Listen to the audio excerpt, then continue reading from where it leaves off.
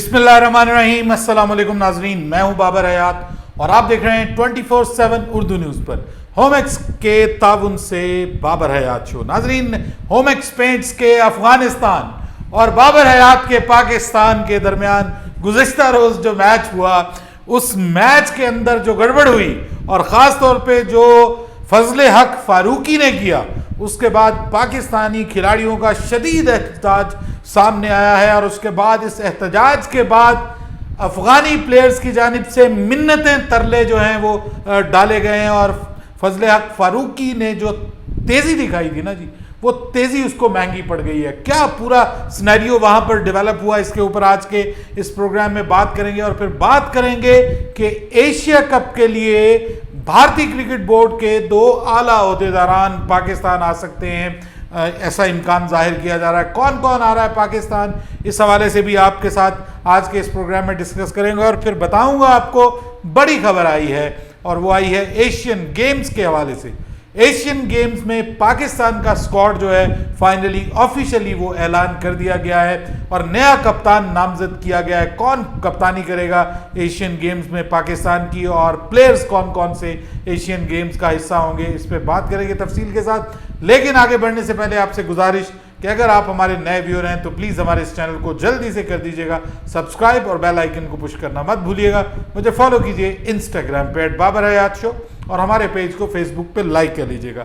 तो जनाब, दूसरे ओडीआई मैच में जो कुछ हुआ, उसकी जो गूंज है वो अभी तक सुनाई दे रही है और कुछ चीज़ें अब निकल कर सामने आ रही हैं कि उस मैच में उन लम्हात में आखिर ये जो प्लान बनाया गया, मैनकेड करने का प्लान, शादाब खान को आउट करने का प्लान, क्या ये फजले हक फारूकी का अकेला प्लान था या फिर इसमें कुछ और लोग भी शामिल थे।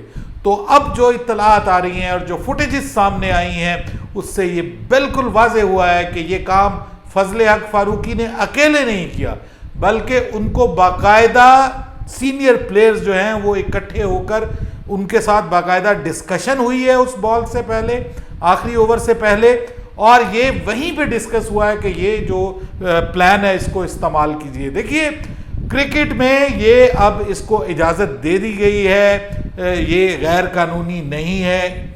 जायज़ नाजायज़ की बात अगर करें तो ये जायज़ है, नाजायज़ नहीं है क्रिकेट में। और उसका जो नुकसान है वो भी आपको पता है कि हमारे शादाब खान को भुगतना पड़ा। शादाब खान आउट हो गए और आउट करार दे दिए गए। लेकिन बात यह है कि इसके ऊपर जो एक दोनों टीमों के दरमियान पहले मैच में भी और दूसरे मैच में भी ओवरऑल जो दोनों टीमों के दरमियान एक दोस्ताना माहौल था, जो दोनों टीमों के दरमियान एक बड़ा फेयर प्ले का सारा सिलसिला चल रहा था, उसको बहुत बड़ा झटका लगा।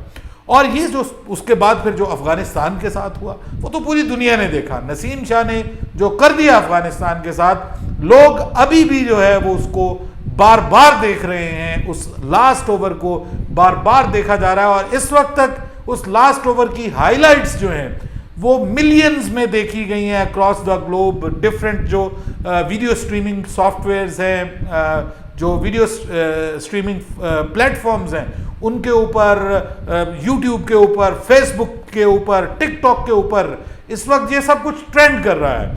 और जिस तरह से पाकिस्तान ने अफगानिस्तान को जो शिकस्त दी, उसके बाद में भी एक मामला हुआ है, और वो ये हुआ कि पाकिस्तान के कुछ खिलाड़ियों ने एहतजाजन अफगानिस्तान के खिलाड़ियों के साथ जो हैंडशेक है वो करने से इनकार कर दिया। उन्होंने कहा हमने हाथ नहीं मिलाना इनके साथ। मतलब हम असूल ये है ना, देखिए, हम आपके लिए इतना कुछ करें, हम आपको पीएसएल में भी बुलाएं, पीएसएल में भी आपको महंगे दामों खरीदें, उसके बाद अपनी टीमों में खिलाएं आपको और रिस्पेक्ट भी दें आपको। आप पाकिस्तान में आके आपको अपने घर जैसी रिस्पेक्ट मिलती है, बिल्कुल वैसे ही जैसे आप अफगानिस्तान में, आप पिशावर में हैं, आप लाहौर में, हर जगह पे आपको सेम रिस्पेक्ट मिलती है। आपको फील नहीं होता कि आप अफगानिस्तान में हैं या आप पाकिस्तान में।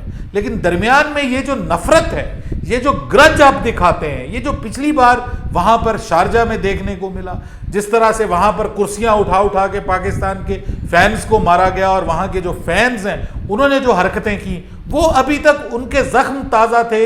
अभी तक जो आसिफ अली के साथ किया वहाँ पर उस वक्त फरीद ने, और वो जो मामला हुआ और फिर रिप्लाई में जो नसीम शाह ने साथ सलूक किया, उनके जीता हुआ मैच उनसे ले लिया, वो हिस्ट्री दोबारा रिपीट हुई है। और इस बार जो मैनकेट हुआ है ना जी, इसमें ये बाकायदा प्लान था, और ये एक प्लान के तहत वो आए हैं और आकर उन्होंने सोच के आए थे कि ये बंदा जो है ये आगे भागेगा, क्योंकि इसको एक रन चाहिए, इसने दूसरी सिम्त जाना है, जाके इसने एक रन बनाना हर सूरत में, क्योंकि इसे स्ट्राइक पे जाना है। तो ये मैं फायदा उठाऊंगा और इसको मैं उड़ा दूंगा, और उसके बाद फिर एक विकेट रह जाएगी, तो एक विकेट किसी वक्त भी गिर सकती है, तो मैच हमारे हाथ में आ जाएगा। लेकिन मसला यह है कि मैंने कल के प्रोग्राम में भी बताया था कि मैच आपके हाथ से उसी वक्त निकल गया जब आपने शादाब खान को आउट किया, तो फिर मैच आपके हाथ से निकल गया, क्योंकि शादाब खान के ऊपर तो फिर भी प्रेशर था, लेकिन नसीम शाह के ऊपर और हारिस रऊफ के ऊपर कोई प्रेशर नहीं था।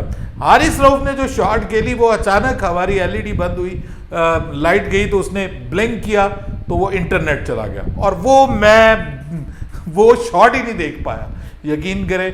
और जितनी देर में इंटरनेट बहाल होता तो लास्ट जो है वो बॉल आ गई थी, सेकंड लास्ट बॉल, उस पर नसीम शाह सामने थे, और उनको जो उन्होंने आखिर में चौका लगाया वो मैं बहरहाल देख सका।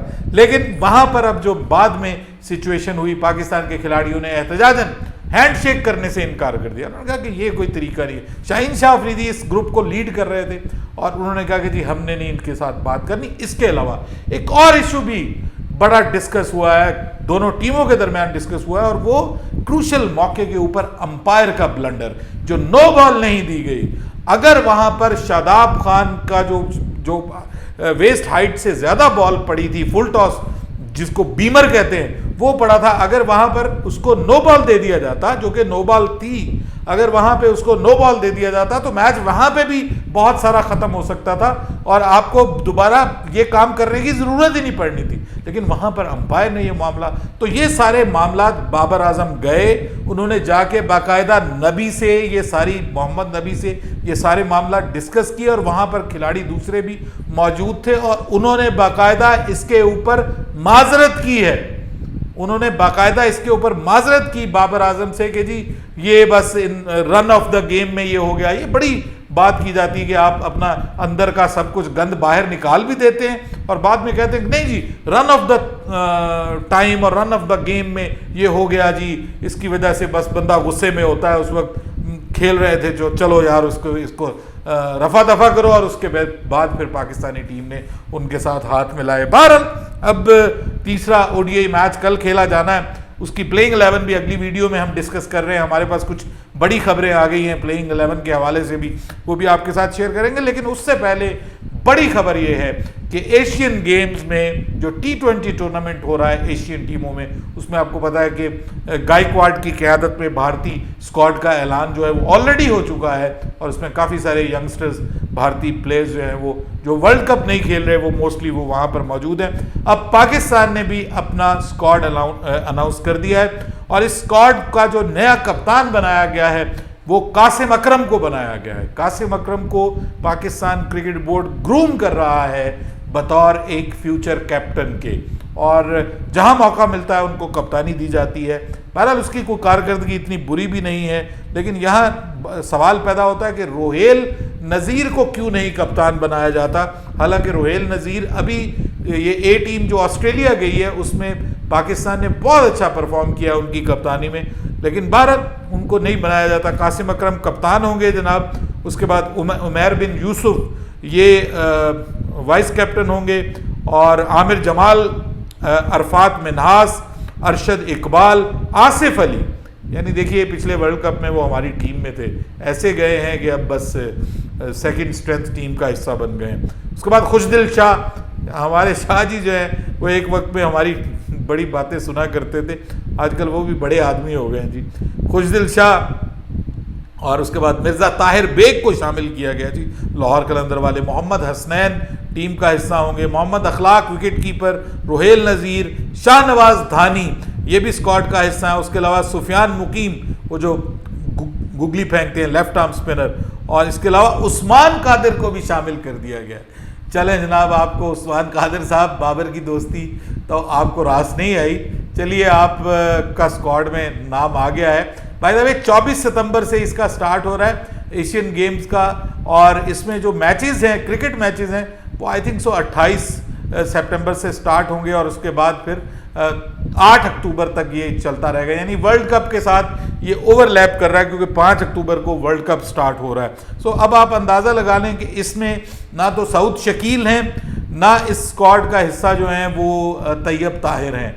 तो इसका मतलब यह है कि तैयब ताहिर को भी पाकिस्तान की टीम प्लान कर रही है कि वो वर्ल्ड कप के स्क्वाड का हिस्सा होंगे, और सऊद शकील को भी प्लान किया जा रहा है कि वो वर्ल्ड कप के स्क्वाड का हिस्सा होंगे। सो ये इससे कुछ चीज़ें कंफर्म हो गई हैं। ये स्क्वाड जो है वो अनाउंस कर दिया गया। बड़ी खबर ये आ रही है कि राजर बिनी और राजीव शुक्ला यानी president and vice president of BCCI, भारतीय क्रिकेट बोर्ड के, पाकिस्तान आ रहे हैं जी। ऐसा इम्कान जाहिर किया जा रहा है, इनको इनवाइट किया गया है। वैसे तो दुनिया के सभी क्रिकेट बोर्ड्स को एशियन जो टीमें एक दूसरे के साथ मद्दे मुकाबिल होने जा रही हैं, एशिया कप में, बड़ा एशिया कप होने जा रहा है, और इस सारे सिनेरियो के बाद यानी अफगान टीम के साथ जो कुछ हुआ, तो पाकिस्तान अफगानिस्तान का मैच मुश्किल लग रहा है फिलहाल।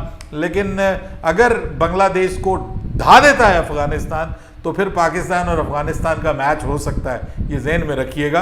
तो वो अगर हो गया एशिया कप में, तो वो होना भी कज़ाफी स्टेडियम में है लाहौर में, तो उसका एक अलग से एक इम्पैक्ट क्रिएट हो सकता है। बहरहाल अब एशियन क्रिकेट काउंसिल के जो प्रेसिडेंट हैं मिस्टर जे शाह, उनको भी इनवाइट किया गया है। वो आई एम नॉट श्योर कि वो आते हैं या नहीं, क्योंकि उनके अब्बू जी का भी मामला है ना। उनके वालिद साहब जो हैं अमित शाह साहब जो हैं, वो तो आपको पता है पाकिस्तान के पक्के दुश्मन हैं, तो वो मुश्किल है उनका पाकिस्तान आना। लेकिन राजीव शुक्ला जो नायब सदर हैं और जो सदर हैं बीसीसीआई के राजर बिनी, वो दोनों को बनी है या बिनी है, ये दोनों जो है इनके पाकिस्तान में आने के इम्कानात मौजूद हैं। आईसीसी के आला ओहदेदार भी पाकिस्तान आ रहे हैं जी एशिया कप के लिए। तो एशिया कप की तैयारियां अब ज़ोरों शोर से जारी हैं। नसीम शाह ने अपनी ये जो कारकर्दगी है वो अपनी वालदा के नाम की है। एक बार फिर उन्होंने अपनी वालदा को बहुत मिस किया है, and he is really attached with his mother. और जब भी कभी वो कुछ परफॉर्म करते हैं तो अपनी परफॉर्मेंस को अपनी वालदा के नाम करते हैं, डेडिकेट करते हैं। ये एक बड़ा स्वीट सा एक जेस्चर है उनकी जानिब से। ऐसे ही बड़ा स्वीट सा बच्चा है वो, और पाकिस्तान के लिए बहुत अच्छा है। जैसा भी है, इस वक्त सोशल मीडिया पे छाया हुआ पूरा अफगान जो क्राउड है ना, वो तपा हुआ है नसीम शाह के ऊपर कि यार ये कहाँ से ले आए आप नसीम शाह को। ये जब भी हम जीतने लगते हैं हमसे जीत छीन लेता है। बहरहाल आगे देखते हैं तीसरे मैच में क्या होता है। अपनी राय दीजिएगा कमेंट सेक्शन में। बाबर हयात को इजाज़त दीजिएगा। अल्लाह हाफिज़।